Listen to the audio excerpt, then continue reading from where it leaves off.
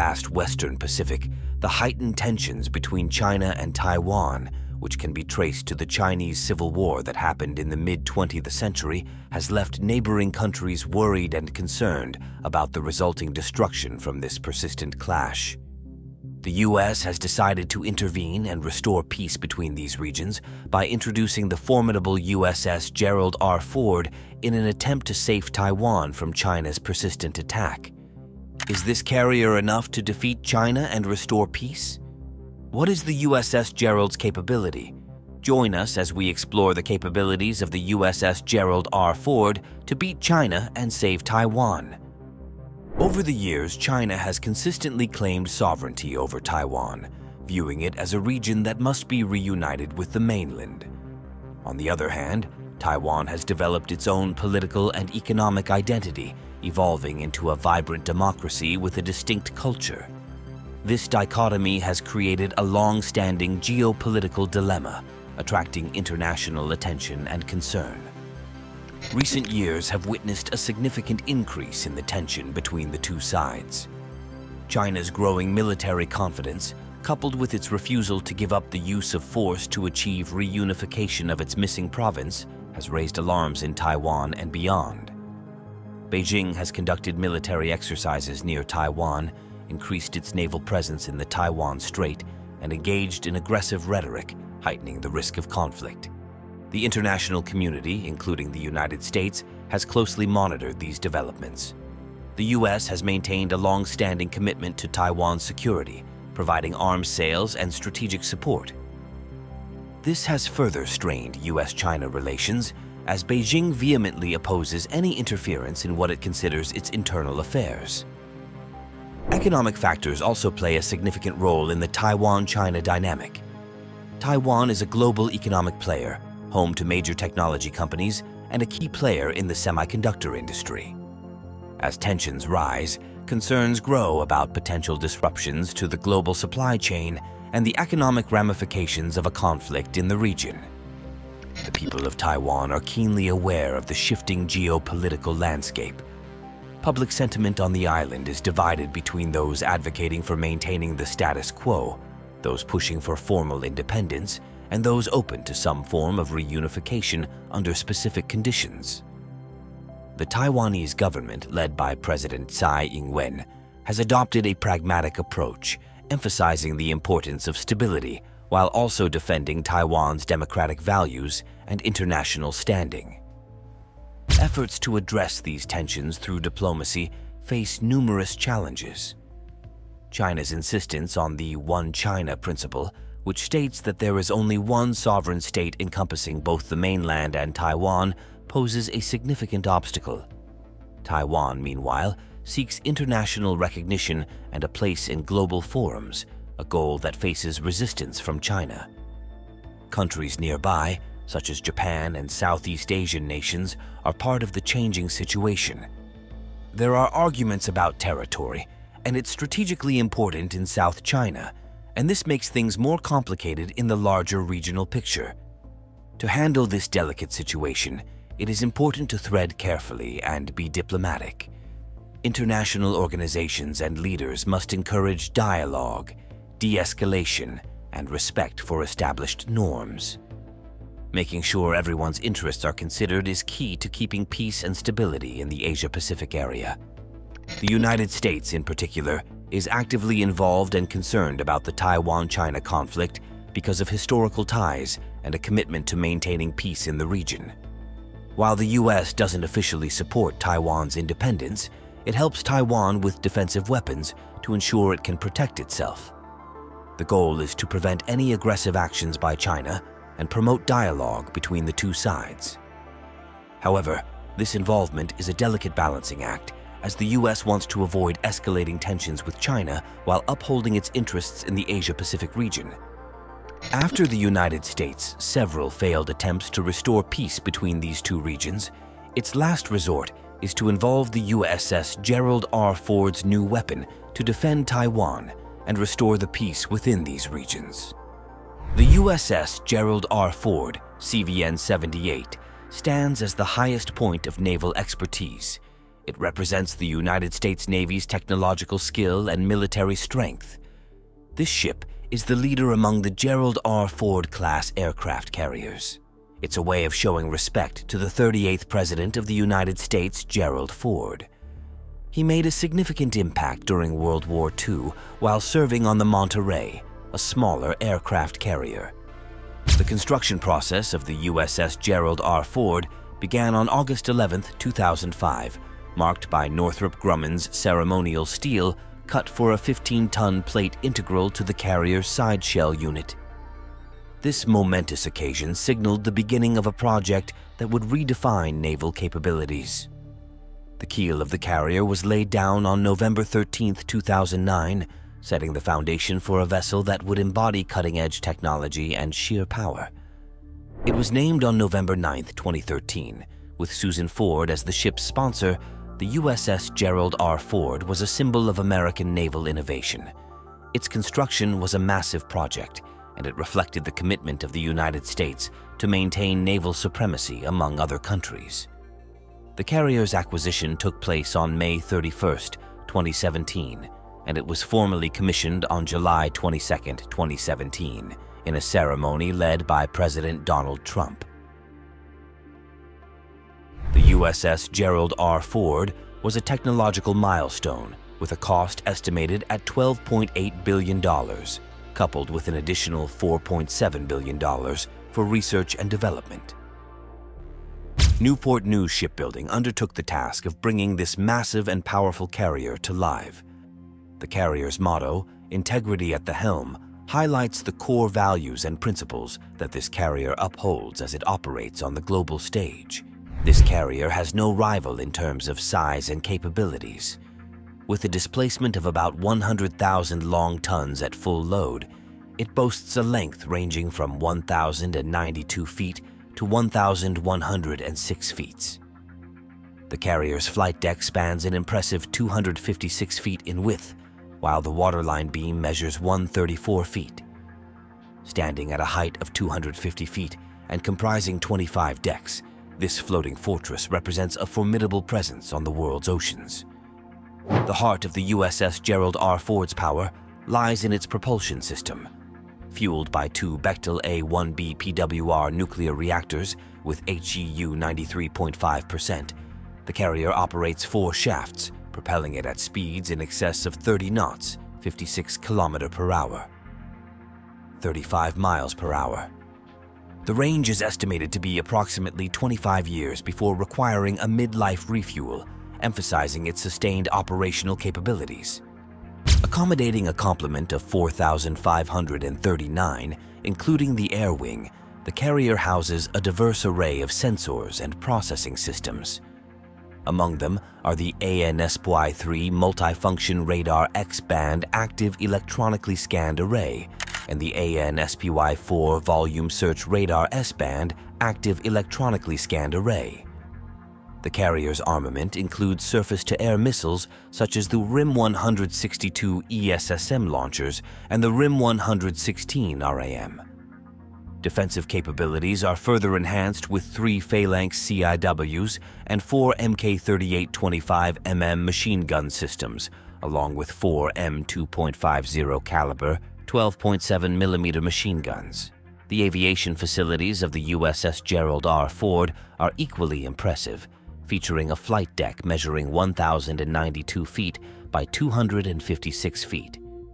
With the capacity to carry over 75 aircraft, this carrier serves as a mobile airbase, extending the reach and capabilities of U.S. military air power. The significance of the USS Gerald R. Ford extends beyond size and technological prowess.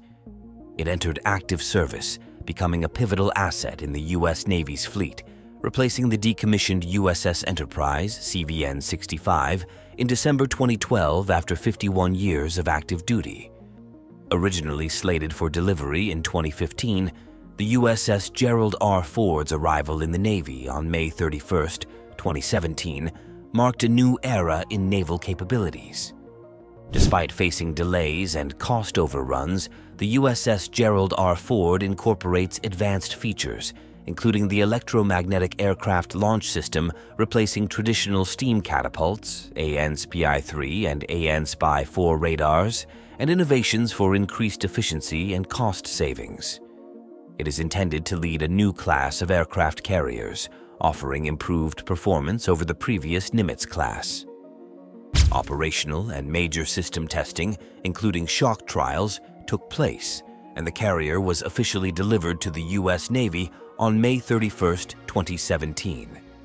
It was commissioned on July 22, 2017, and various milestones, such as the first arrested landing and catapult launch, were achieved. However, there have been reported issues with weapons elevators and combat readiness, and the carrier completed its inaugural deployment to the Atlantic Ocean on November 26, 2022.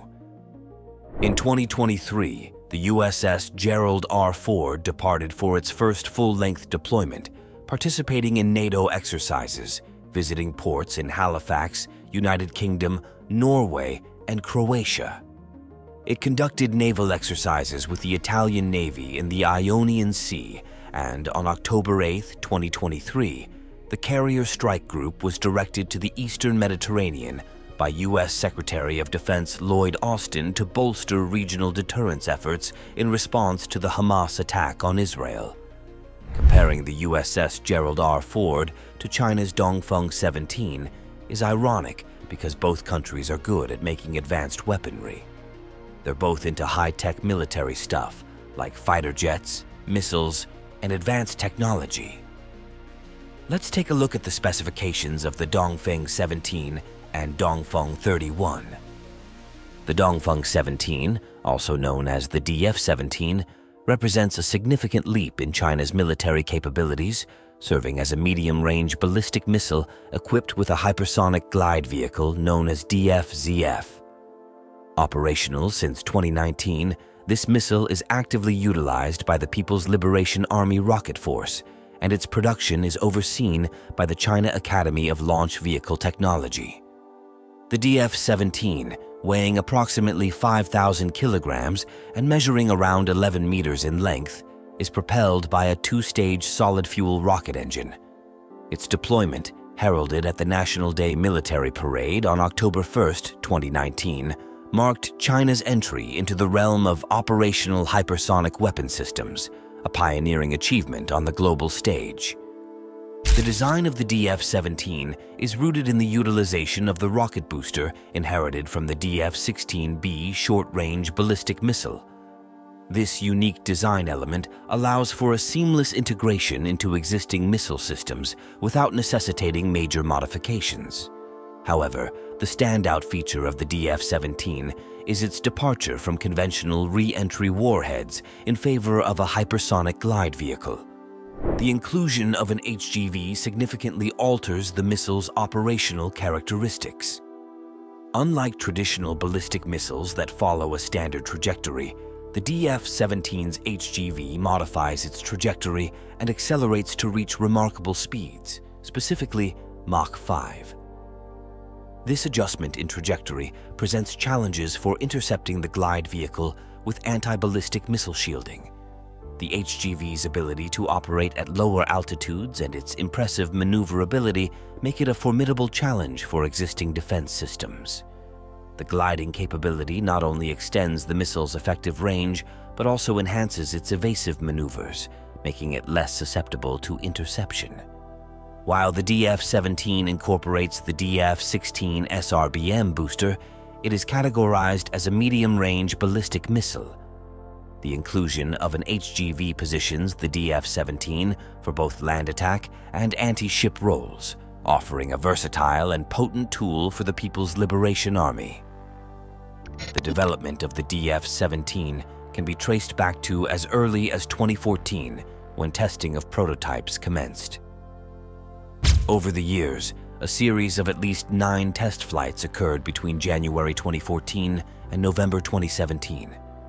The critical HGV test flight on November 1, 2017, launched from the Jiuquan Satellite Launch Center in Inner Mongolia. During this flight, the missile's payload covered approximately 1,400 kilometers, with the HGV operating at an altitude of around 60 kilometers following the ballistic and re-entry phases. Officially unveiled during the National Day Parade in 2019, the DF-17's development showcased China's commitment to advancing its military capabilities and achieving milestones in hypersonic technology. The strategic implications of the DF-17 are profound and have prompted responses from other global powers. With the United States Department of Defense recognizing the significance of hypersonic technology, there have been proposals to accelerate the development of conventionally armed hypersonic glide vehicles. This move is seen as a response to China's advancements in the field, acknowledging the need to match or surpass potential adversaries. Michael Griffin, former Undersecretary of Defense for Research and Engineering, emphasized the urgency of developing hypersonic weapons to align with the capabilities demonstrated by countries like China.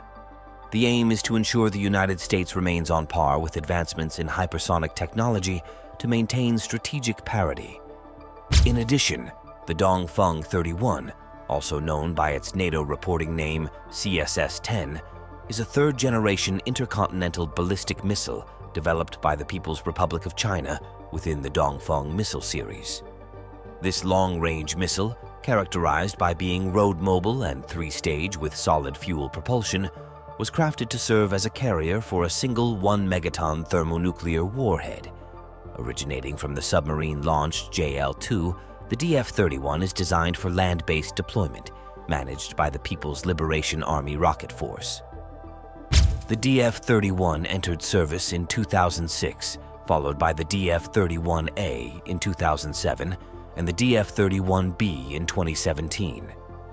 Manufactured by the Academy of Rocket Motors Technology, it boasts a mass of 54 tons and measures 21.6 meters in length, with a diameter of 2.37 meters. Its solid-fuel rocket engine propels it to an operational range of 7,200 to 8,000 kilometers for the DF-31, extending to 13,200 kilometers for the DF-31A.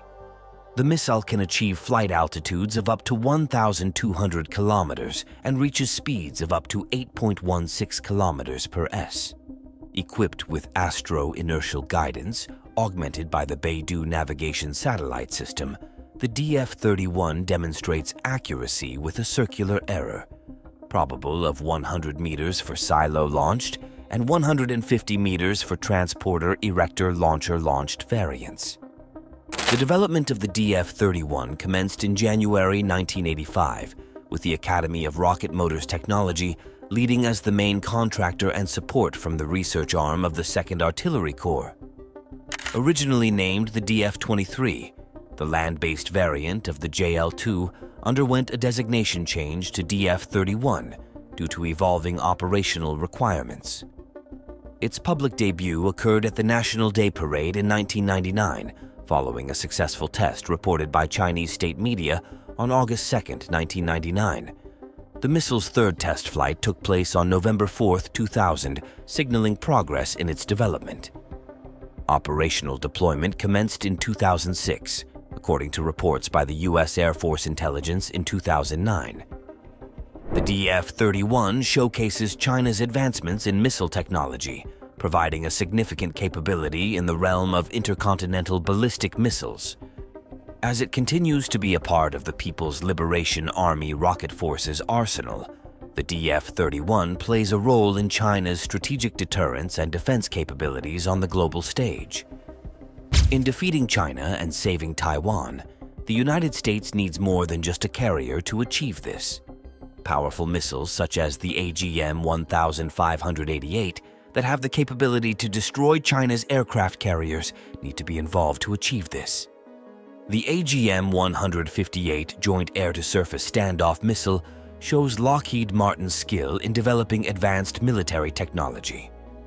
This low-detection, standoff air-launched cruise missile was meticulously crafted for the United States Armed Forces. Its journey into existence involves a blend of cutting-edge engineering, strategic planning, and a commitment to enhancing the capabilities of the U.S. military. This missile emerged from a period of intense development spanning from 1995 to 1998. This process was aimed at creating a formidable air-launched cruise missile that would redefine the standards of modern warfare.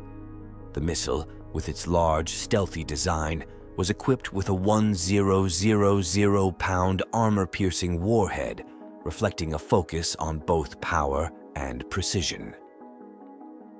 The AGM-158 JASSM completed its testing phase and earned its stripes, officially entering service with the U.S. Air Force in 2009. The significance of this milestone resonated not only within military circles, but also in the broader context of international defense capabilities. The impact of the AGM-158 JASSM extends far beyond U.S. borders. By 2014, this formidable missile had found its way into the arsenals of key allies, including Australia, Finland, and Poland. The decision by these nations to adopt the JSM underscored its global recognition as a cutting-edge, long-range weapon with the capacity to reshape the dynamics of air-to-surface engagements. In its evolution, the AGM-158 JASSM didn't stop at its initial iteration. Lockheed Martin introduced an extended-range version, the AGM-158B JASSM-ER, in 2014. This adaptation extended the missile's operational reach, enhancing its flexibility in various military scenarios. The introduction of the AGM-158C LRASM, long-range anti-ship missile, in 2018 further diversified the applications of this advanced weaponry. The LRASM, designed for anti-ship operations, addressed the evolving challenges in naval warfare. Its incorporation into the AGM-158 family showcased Lockheed Martin's commitment to providing multifaceted solutions for the dynamic landscape of modern military conflicts. The AGM-158 JSM boasts impressive technical specifications that contribute to its effectiveness on the battlefield. With a mass of 2,251 pounds, 1,021 kilograms, and a length of 14 feet 1 inch, 4.287 meter, this missile is a formidable presence. Its 1,000-pound WDU-42B penetrator warhead, coupled with a Teledyne CAEJ 402CA100 turbojet engine generating 674-pound force, emphasizes both its striking power and operational efficiency. Guided by a sophisticated system involving GPS, inertial navigation system, INS, and IIR technology, the AGM-158 JASSM ensures a high level of accuracy. Its steering mechanism, comprising moving wings and 2 tailplanes, allows for precise control during its trajectory. The missile's launch platforms include a range of aircraft such as the B-1 Lancer, B-2 Spirit, B-52 Stratofortress, F-15E Strike Eagle, F-16 Fighting Falcon, and F/A-18 Hornet, showcasing its versatility across different branches of the military. The AGM-158B JASSM-ER, an extended-range variant, introduces enhancements to its predecessor. With an estimated mass of 2,600 pounds and a length of 14 feet 1 inch, it retains the powerful WDU-42B penetrator warhead, weighing 1,000 pounds. The adaptation includes a Williams F-107WR-105 turbofan engine, generating operational ranges exceeding 575 miles. This extended reach expands the strategic options available to military planners, allowing for engagements at greater. The international community took notice of the AGM-158 JASSM's capabilities, leading to its deployment in real-world scenarios. The missile found itself involved in the American-led intervention in the Syrian civil war, a testament to its operational relevance and effectiveness in addressing contemporary security challenges. By September 2016, Lockheed Martin had delivered a total of 2,000 JASSMs, encompassing both variants, to the U.S. Air Force. This milestone not only highlighted the scale of production, but also emphasized the missile's integral role in the U.S. military's strategic capabilities. With the capabilities of this missile in collaboration with the USS Gerald, the United States would have a shot at defeating China and returning peace to the residents of Taiwan. Thanks for watching. While you're still here, click on the link appearing on your screen to watch another of our interesting videos. See you there.